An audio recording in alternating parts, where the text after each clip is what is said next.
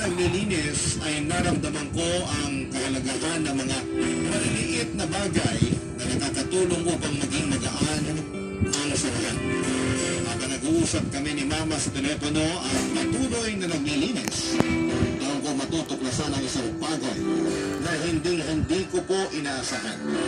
Isa itong bagay na magpapabago sa pananaw ko at magpapaalala sa akin kung gaano kalalim ang mga pinagdadaanan ng bawat isa sa atin. Pati na rin si Tita Carmela. Sa pagkakataon niya na isang tanong at pahayag mula kay Mama ang magpapadali sa pag-unawa ko sa mga nangyayari at magbubukas ng isang bagong pinto ng realisasyon sa puso ko.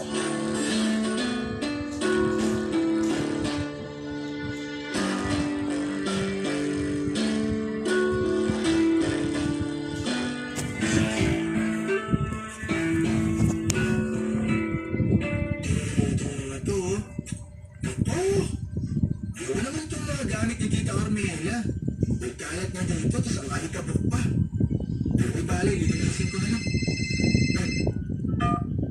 Diba? Nak, kamusta ka na dyan? Okay naman po ako, ma. Pinabas po si Tita Carmela para mamalengke, kaya eto, nililinis ko po itong bahay niya ngayon para masurpresa naman siya pag-bike niya. Ang bihira ka talagang bata ka.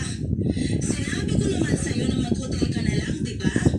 Ginagawa ka ng katulong ng demonitang yun eh.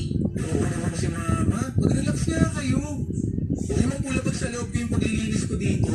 Ang totoo niya, ako nga po ang nahihiya sa kanya eh, kasi yung pagkain ko, yung tinutuluyan ko. Kaya naisip ko rin na ako lang mismo ang bibili ng pagkain ko para hindi nakagawa. Tapos ito po ang paglilinis ko ng bahay niya.